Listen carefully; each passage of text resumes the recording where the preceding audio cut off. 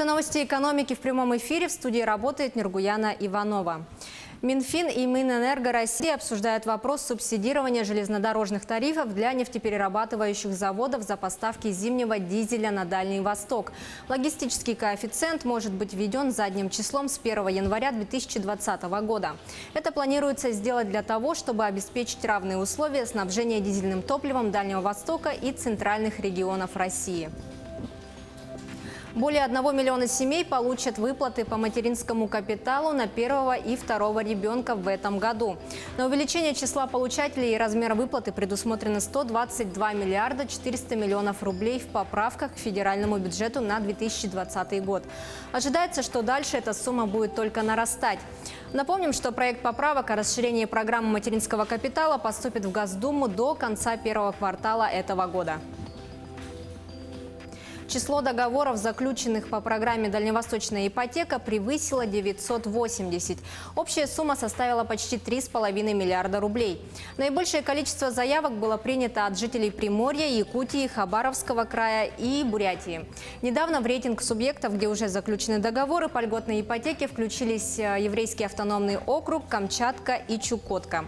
Кроме того, в Якутии впервые был заключен договор на индивидуальное жилищное строительство в категории получателей молодых семьи. Одобрение по заявкам получают 80% от всех заявителей. Процент отказов по заявлениям в предоставлении дальневосточной ипотеки существенно ниже, чем в среднем по рынку ипотечных кредитов. В продолжении темы Банк-Дом.РФ с момента запуска программы дальневосточной ипотеки под 2% заключил более 180 кредитных договоров на сумму около 650 миллионов рублей. Треть объема выдачи ипотеки банка на Дальнем Востоке приходится на льготные кредиты. Всего Банк-Дом.РФ получил почти 2000 обращений на оформление ипотеки под 2%. По данным банка, наибольшее количество заявок поступило из Приморского края – более 1000. На Якутию приходится 277 заявок, на Хабаровский край – 269, Бурятию – 209 и Амурскую область – 73.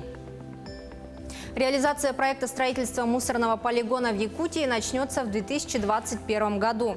При этом подготовительные работы на площадке будущего комплекса запланированы на конец 2020 года. По приблизительным подсчетам, сметная стоимость строительства первого этапа составит более 927 миллионов рублей. Общая стоимость объекта с учетом всех этапов строительства – более 1 миллиарда 700 миллионов рублей. Отмечается, что период бесперебойной эксплуатации нового полигона – 25 лет с учетом резко континентального климата Якутии. Помимо полигона планируется строительство мусороперегрузочной станции с элементами сортировки, которая пройдет с привлечением частных инвестиций путем заключения концессионного соглашения.